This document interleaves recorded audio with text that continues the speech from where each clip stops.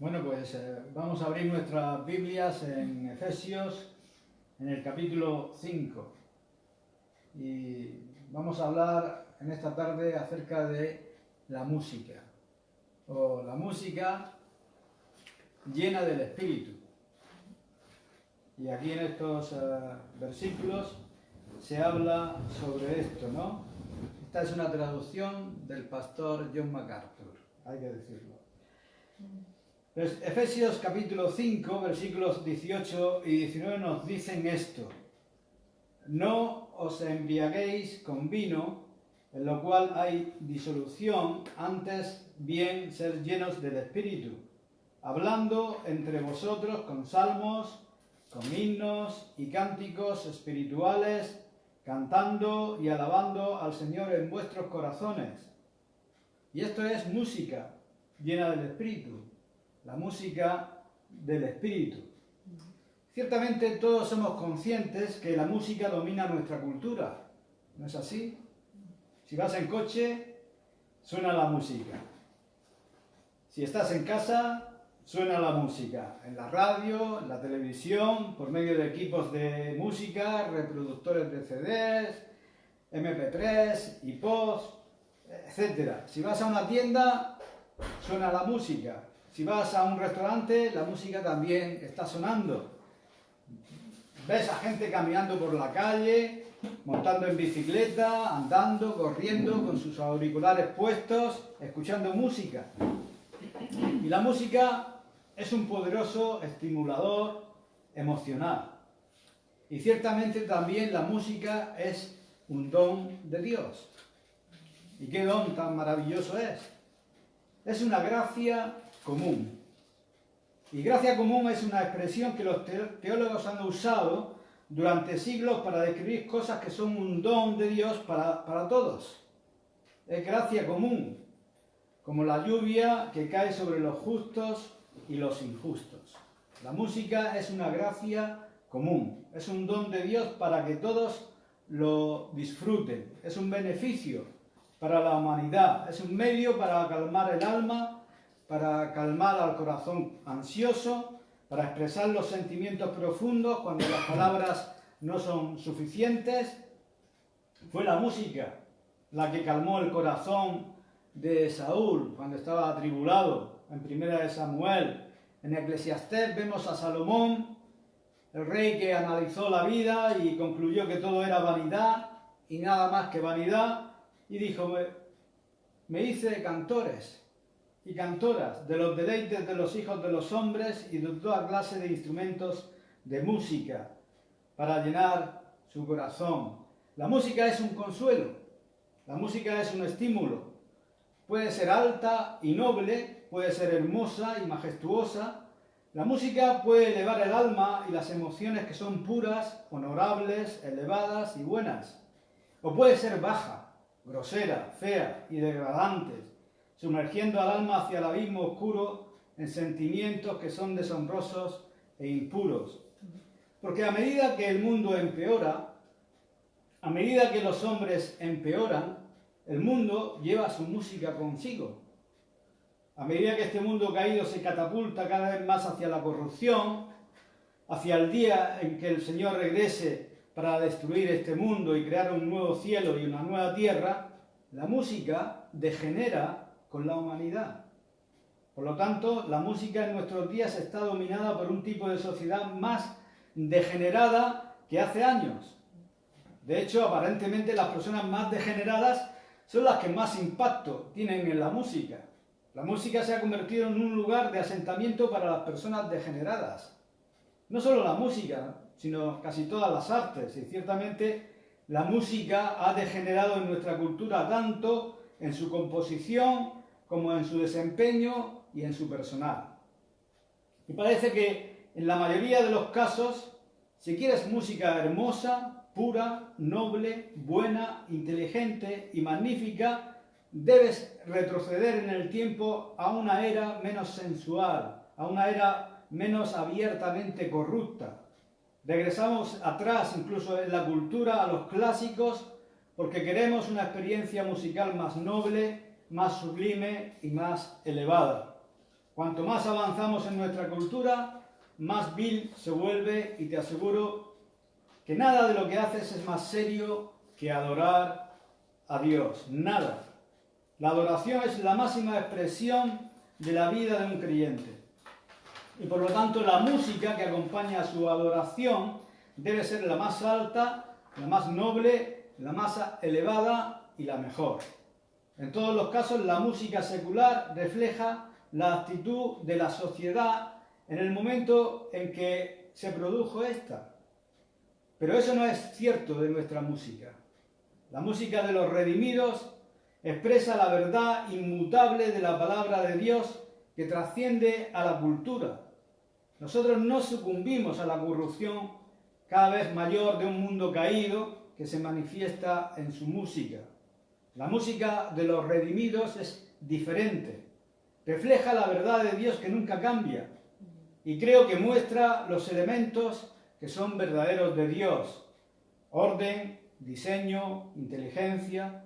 La música que refleja a Dios es sistemática, secuencial, poética, armónica, rítmica, posee resolución. Expresa la realidad inmutable de Dios y de su verdad. La salvación nos ha dado una canción nueva, un cántico nuevo. Y es una canción atemporal, que está fuera del tiempo o lo trasciende. Y tengo la clara sensación de que cuando lleguemos al cielo vamos a estar cantando las mismas cosas que cantamos aquí en la tierra. La salvación nos ha dado la verdad de Dios y con ella una música consistente con esa verdad, consistente con su naturaleza. Para nosotros es más que una gracia común. Es una bendición espiritual dada solo a los redimidos en este caso. Ahora, antes de ver los versículos que son el texto de hoy, me gustaría comentar algunos conceptos erróneos y tal vez corregirlos. En primer lugar, existe la idea errónea de que la música es la adoración. Para muchas personas, la forma en que vamos a adorar, automáticamente eso significa música. Pero la música no es la adoración, eso no es verdad. La música es un medio para expresar adoración. No es el único medio, ni siquiera es el medio más importante. El medio más importante para expresar adoración es la obediencia a Dios. E incluso conectado a esa obediencia está el amor a Dios. Pero la música es una forma de expresar adoración. Nos da alas, nos eleva, nos levanta cuando las palabras no son suficientes y nos permite tomar prestadas las palabras de alguien cuando las nuestras no son tan prosaicas como nuestros corazones desearían que fueran. Otro concepto erróneo es que la música produce adoración, motiva la adoración, induce la adoración. Es decir, que la adoración es una experiencia emocional y el tipo correcto de música despertará esa emoción. Es verdad que la música despertará o afectará emocionalmente y despertará esa emoción, pero eso no es necesariamente adoración. La música dará expresión al amor, dará expresión a la adoración, dará expresión al honor, dará expresión a la adoración, pero no la produce. Lo que la produce es la verdad en el corazón y la obra del Espíritu de Dios en nuestras vidas.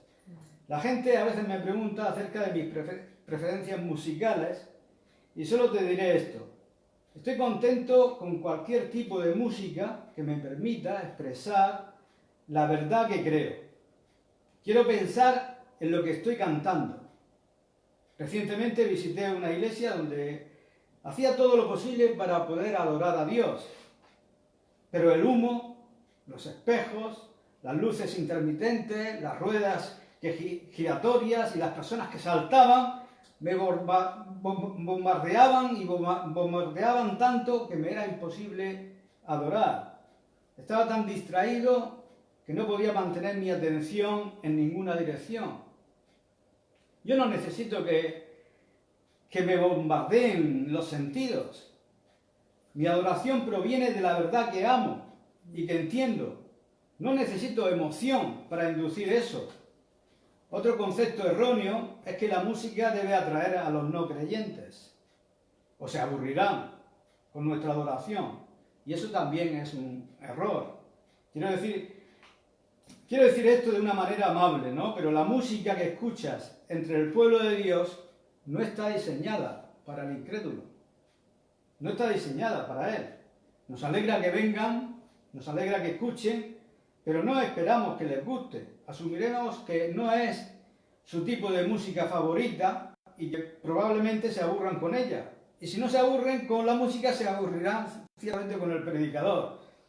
Pero entiendo que las canciones de los redimidos pertenecen a los redimidos.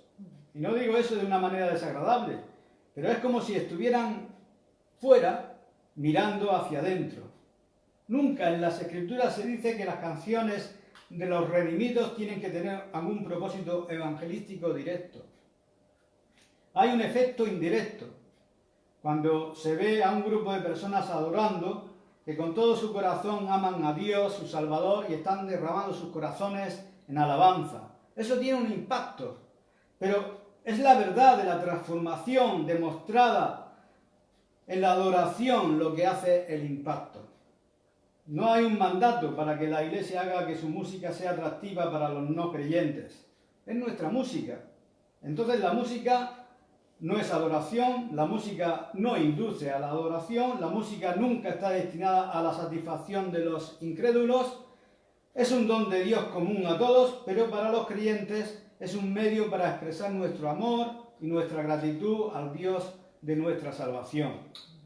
Por eso que la Biblia lo llama un cántico nuevo, una nueva canción. El mundo, como dije, está repleto de música. Es una gracia común. Pero nosotros tenemos una nueva canción, un cántico nuevo. De hecho, si miras en los Salmos, la palabra nuevo aparece muchas veces en ellos, más con la palabra canción que con cualquier otro sustantivo. Como nuevas criaturas que somos por la gracia de Dios, tenemos una nueva canción que cantar. En el Salmo 33 leemos, versículo 1, Alegraos, oh justos, en el Señor. En los íntegros es hermosa la alabanza.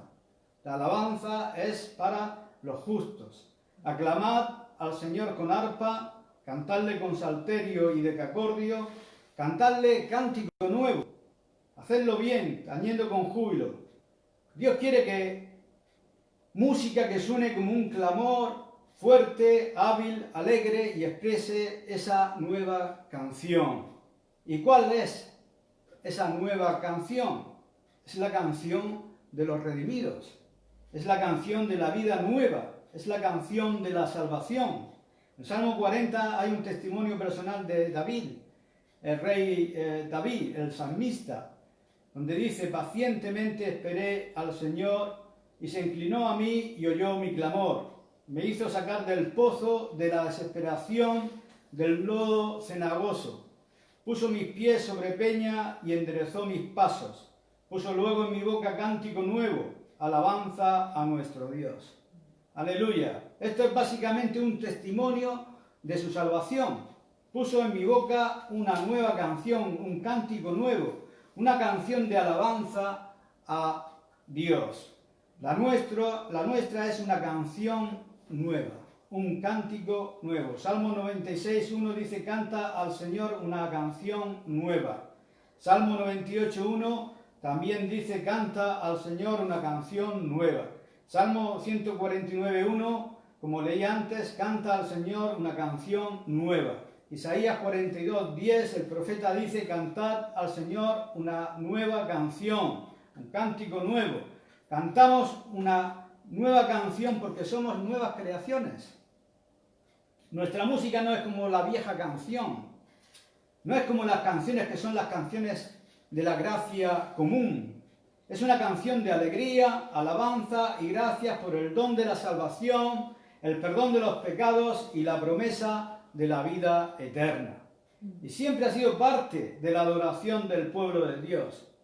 Si vamos por ejemplo, al capítulo 29 de Segunda de Crónicas, y donde se encuentra la maravillosa historia de Ezequías, que fue un buen rey de Judá, y fue usado para el Señor para traer una maravillosa restauración de la adoración. En el capítulo 29 de Segunda de Crónicas y el versículo 20 leemos que el rey Ezequías se levantó temprano, reunió a los príncipes de la ciudad y fue a la casa del Señor. Fue a restaurar la adoración. Y hay animales traídos para la ofrenda por el pecado en ese versículo, y luego en el versículo 25 vemos que puso también levitas en la casa del Señor con címbalos, salterios y arpas, conforme al mandamiento de David, de Gad, vidente del rey, y del profeta Natán, porque aquel mandamiento procedía de Dios por medio de sus profetas. El Señor ordenó la música en respuesta al inicio de la adoración basada en el perdón a través de los sacrificios. Los levitas, versículo 26, estaban con los instrumentos de David y los sacerdotes con trompetas. Ezequías dio la orden de ofrecer el holocausto en el altar, y cuando comenzó el holocausto, el cántico al Señor también comenzó con las trompetas acompañadas por los instrumentos de David, rey de Israel, y mientras toda la asamblea adoraba, los cantantes también cantaron y las trompetas sonaron, y todo esto continuó hasta que terminó el holocausto, la ofrenda quemada. Ahora, al finalizar las ofrendas quemadas, el rey y todos los que estaban presentes con él se inclinaron y adoraron. Además, el rey Ezequías y los oficiales ordenaron a los levitas que cantaran alabanzas al Señor con las palabras de David y de Asaf, quienes escribieron salmos. Así que cantaron alabanzas, se postraron y adoraron.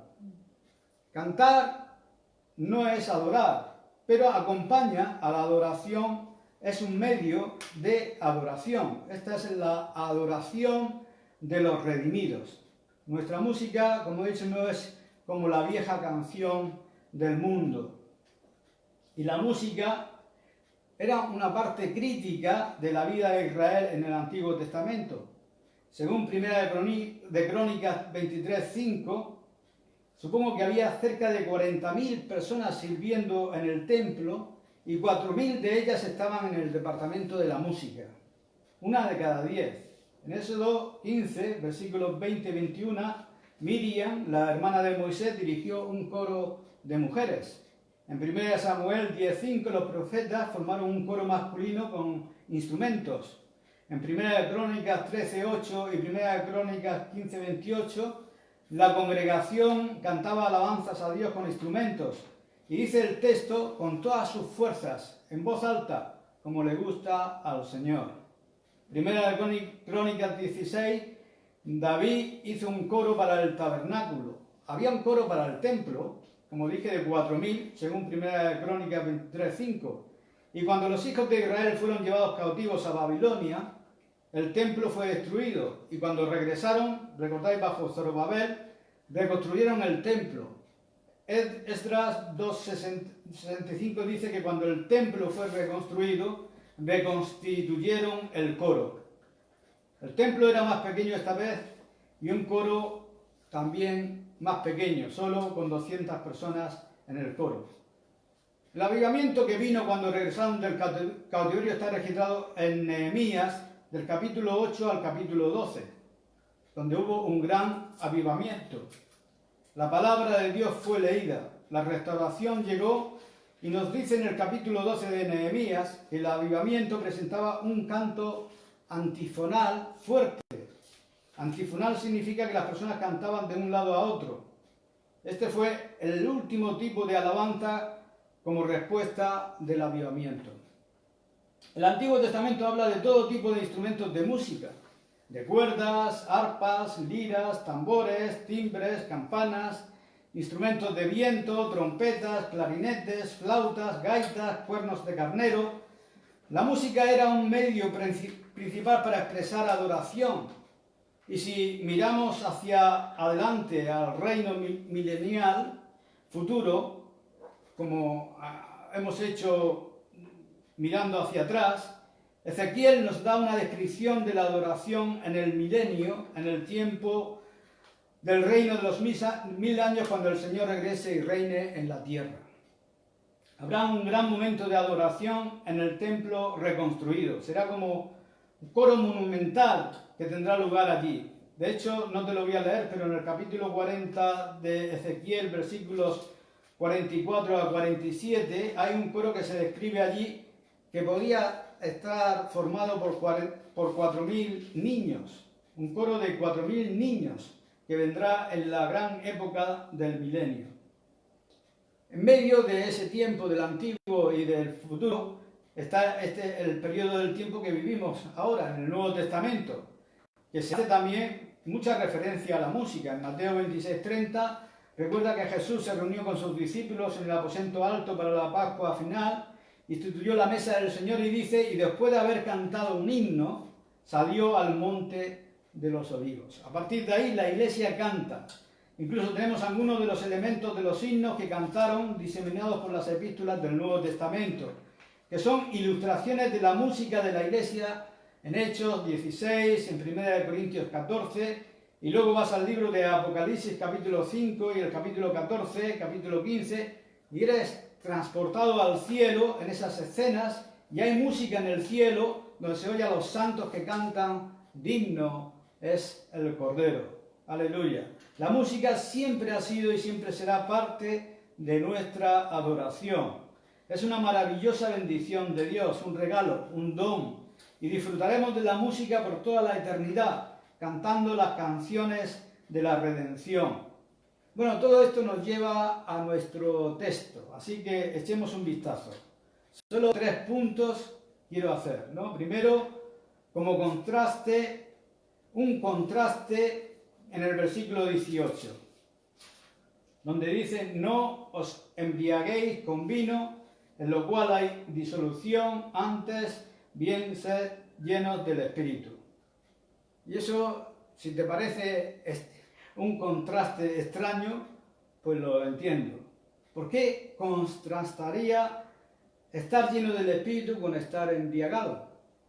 Bueno, la razón es porque en las antiguas religiones paganas creían que la forma de comunicarse con las deidades era perder el control.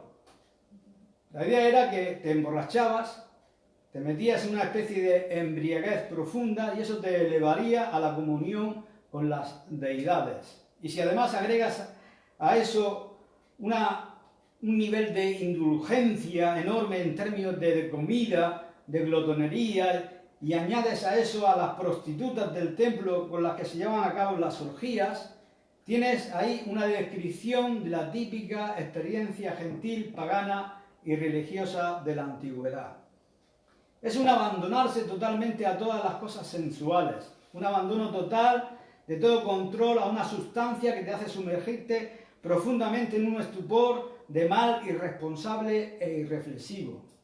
Eso enseñaron. Y eso decían que era como se adoraba. Así es como trasciendes a lo mundano. Así es como te comunicabas con las deidades. Y en los años 60, Timothy Leary trató de vender ese dicho de que las drogas inducían un estado elevado de conciencia en el que se podía...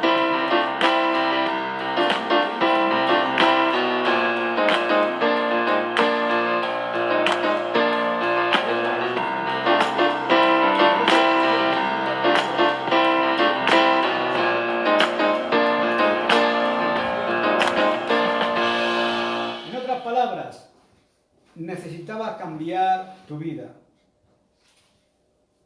Necesitas cambiar tu vida. Ahora que has venido a Cristo, ya no vives por la lujuria de los hombres, sino por la voluntad de Dios. En el versículo 2, donde dice, para no vivir el tiempo que resta en la carne conforme a las concupiscencias de los hombres, sino conforme a la voluntad de Dios. Ya has tenido suficiente de los deseos de los gentiles. Ya has tenido suficiente con la vieja vida. ¿Y cómo era esa vida? Pues como dice más adelante, andando en lascivias, en concupiscencias, embriagueces, orgías, disipación y abominables idolatrías. Todo eso iba en un paquete.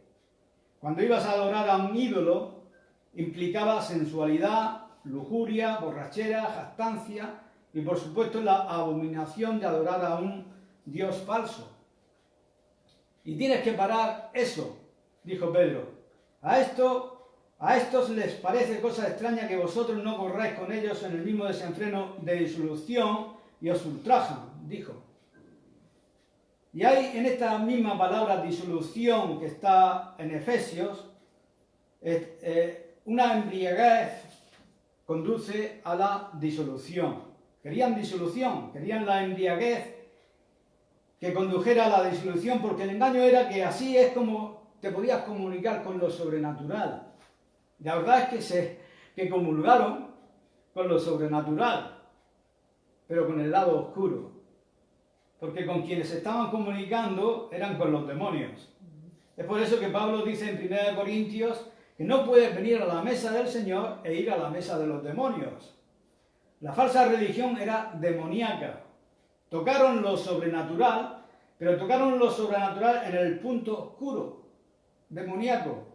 La embriaguez inmoral, frenética, la glotonería, el comportamiento sexual corrupto, que supuestamente inducían a la comunión con las deidades, no hicieron más que sumergirlos en el satanismo. Pablo dice que nosotros no hacemos eso. Serás controlado, no por las sustancias como el alcohol, sino que serás controlado por el Espíritu Santo. Y hay un claro contraste, ¿no?, entre la religión falsa y la verdadera religión. La religión de la carne y la religión del Espíritu. El mandato es mantenerse lleno del Espíritu. Y hay mucha teología de la que podríamos hablar con eso, ¿no? Pero no me tomaré el tiempo para hacerlo en este momento. Basta decir que mantenerse lleno del Espíritu es un mandamiento para hacerlo continuamente. Algunas personas piensan que estar lleno del Espíritu es una experiencia estática que te sacude de aquí y allá. Algunas personas lo equiparan con risas, con el espíritu, otro tipo de manifestaciones estrambóticas. Esto no es de lo que está hablando. Estar lleno del Espíritu Santo se compara con estar lleno de alcohol, en ese texto que hemos leído. Cuando estás lleno de alcohol, el alcohol te controla. Cuando estás lleno del Espíritu, el Espíritu Santo te controla. Y esto no es una experiencia en tiempos determinados, es una forma de vida. Si estuvieras en una religión gentil y estuvieras involucrado en ese tipo de cosas, pues beberías hasta el olvido, ¿no? Y luego comerías hasta el punto de hartarte, y luego volverías otra vez y te llenarías de nuevo. Y la historia de esas orgías es simplemente increíble. Y luego participarías en todo tipo de comportamiento inmoral, corrupto, porque estabas totalmente bajo el control de esas sustancias. No adoramos excepto bajo el control del Espíritu Santo. Ser lleno expresa la idea de empapar, de ser dominado hasta el punto de ser del control. Ese es el paralelo. Lo que llena, controla. Y debemos ser controlados en nuestra adoración por el Espíritu Santo. ¿Saben? Los paganos estaban tan acostumbrados a ver a la religión expresada en borracheras y comportamientos extraños que en el día de Pentecostés, en Hechos capítulo 2, cuando vino el Espíritu de Dios, dice que todos fueron llenos del Espíritu Santo y comenzaron a hablar en lenguas. ¿Cuál fue la respuesta de la gente alrededor? Hechos 2:13 dijeron que estaban borrachos. Porque la explicación normal de un comportamiento religioso inusual era que estaban borrachos. Por supuesto, en el día de Pentecostés fueron llenos del Espíritu Santo. Esta es la realidad espiritual básica que define lo que es vivir la vida cristiana. Todo cristiano debe ser lleno del Espíritu Santo, posee el Espíritu Santo. Todo creyente es el templo del Espíritu Santo. En 1 Corintios 6:19, si tienes a Cristo, tienes al Espíritu Santo. En Romanos 8:9, el Espíritu ha venido a morar en ti. En 1 Corintios 12:13, ha sido sellado con el Espíritu Santo. El punto es que, dado que Él vive en ti, debes ceder a su control. No significa tener una experiencia salvaje, estática, estrambótica, algún tipo de trauma místico, algún tipo de mensaje estático. Es ser controlado por el Espíritu Santo, es algo ordenado, es algo razonable, es una realidad constante, lleno en el sentido de empaparse. Ahora, para comprender mejor eso, para conocer la voluntad del Espíritu, simplemente necesitas saber lo que el Espíritu ha revelado en las Escrituras. Se nos ordena vivir bajo el control del Espíritu Santo y la única forma de hacerlo es ser obedientes a la voluntad del Espíritu. Y la única forma en que podemos ser obedientes a la voluntad del Espíritu es saber cuál es su voluntad. Y entonces nos volvemos a la palabra de Dios. La adoración es inseparable de la santidad. La santidad es inseparable de la obediencia. La obediencia es inseparable del conocimiento. Y el conocimiento es inseparable de las Escrituras. Ahora, para una mejor comprensión de la palabra lleno, el griego usa la palabra pleroo y la usa para hablar de vientos que llenan una vela que hace mover al barco. La palabra se usa muy a menudo en el Nuevo Testamento en un sentido dominante, como en Juan 16:6, que dice que estaba lleno de tristeza. O en Lucas 5:26, lleno de miedo. Lucas 6:11, lleno de locura. Hechos 6:5, lleno de fe. Hechos 5:3, lleno de Satanás. Se trata de empaparse y de ser controlado por esa cosa que te llena. Y el mandato de la Escritura es que debemos ser llenos, impregnados, controlados por el Espíritu Santo. ¿Y cómo se hace eso? ¿Haces alguna oración para que el Espíritu Santo venga? No, porque el Espíritu Santo ya está aquí. ¿Cómo haces eso?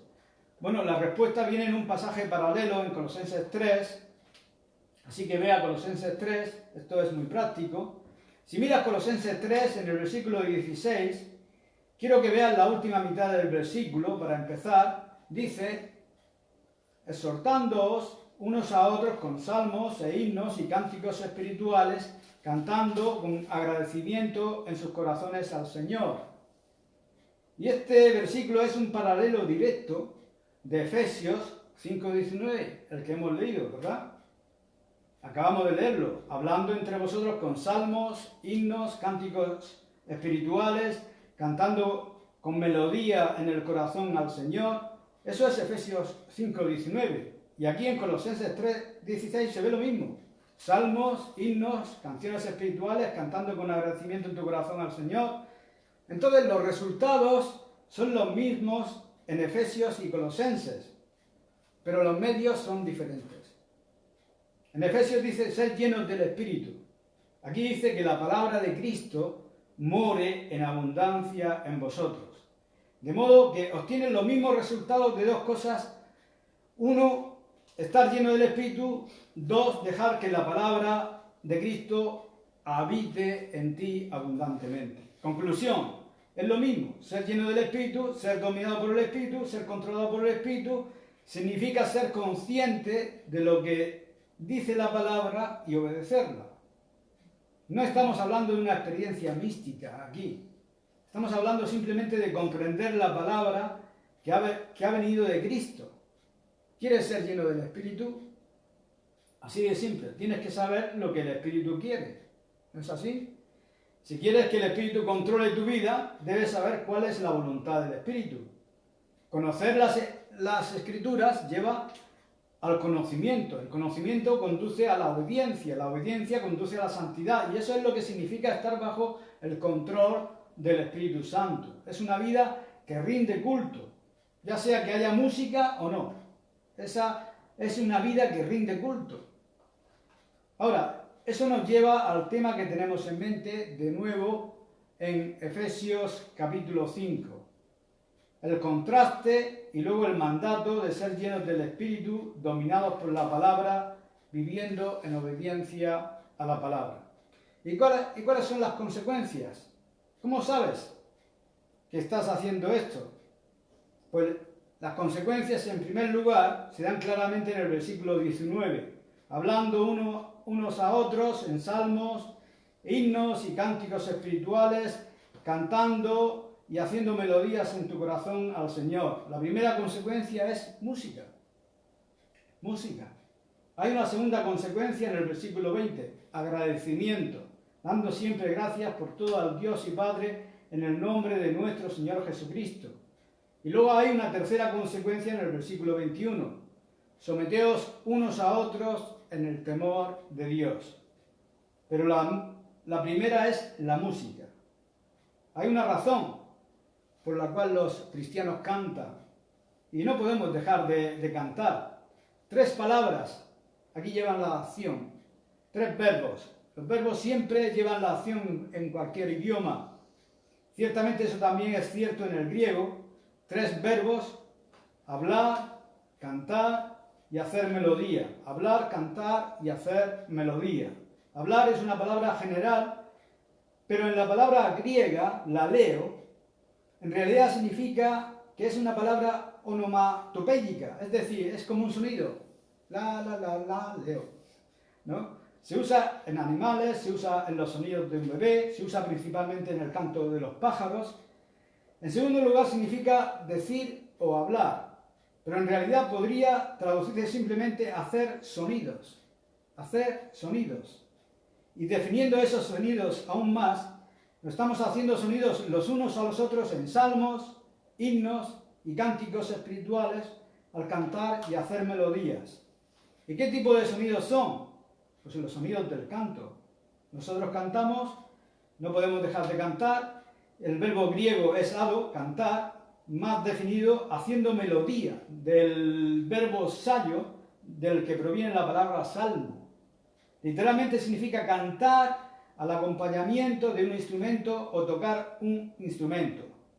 Tocamos instrumentos, cantamos al acompañamiento de esos instrumentos, y esta es también una expresión de la vida llena del Espíritu.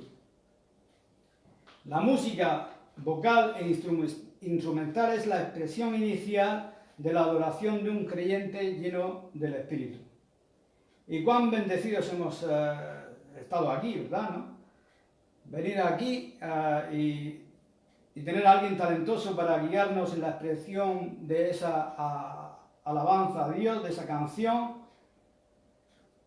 Está en nuestros corazones el cantar y estaremos cantando eternamente alrededor del trono de Dios.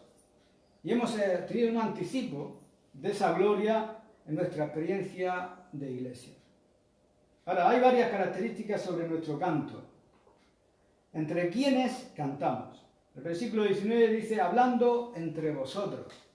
Se refiere a los creyentes. Nos cantamos a nosotros mismos. Cantamos entre nosotros, es la mejor manera de expresarlo. Es un ministerio mutuo entre los santos. Esto no es entretenimiento, no es evangelístico, no es para otras personas, es entre nosotros, es el culto corporativo. Por cierto, la Iglesia Católica Romana privó a los creyentes de esto durante 1000 años. Y cuando los reformadores vinieron y redescubrieron el Evangelio, también comenzaron a escribir himnos, e incluso produjeron himnos para que la gente cantara por primera vez en 1000 años. En Hebreos capítulo 2 y versículo 12 hay un maravilloso testimonio. Proclamaré tu nombre a mis hermanos, en medio de la congregación cantaré tu alabanza. Nuestra alabanza se canta en medio de la congregación. Es para nosotros, es nuestra música, es nuestra canción, es nuestra forma, es nuestro medio de adoración. ¿De dónde viene esa canción? Al final del verso lo dice cantando y haciendo melodía con tu corazón. Desde tu corazón o en tu corazón, viene del corazón. Es un desbordamiento, está como burbujeando. El Salmo 137 cuenta la historia del cautiverio de Israel y el Salmo 137 mira su cautiverio desde la perspectiva musical. Salmo muy interesante. Escucha, donde dice, junto a los ríos de Babilonia, esta es una canción que sacó Abba también. Allí nos sentábamos y aún llorábamos acordándonos de Sión. Sobre los sauces, en medio de ella, colgamos nuestras arpas. Colgaron sus arpas. No más cantos. no había canción para cantar. Y los que nos habían llevado cautivos nos pedían que cantásemos. Los que nos habían desolado nos pedían alegría, diciendo, cantadnos algo de los cánticos de Sión. ¿Cómo cantaremos cánticos del Señor en una tierra extranjera, estando cautivos? Ellos colgaron sus arpas en las ramas de los árboles. Es algo que tiene que venir del corazón.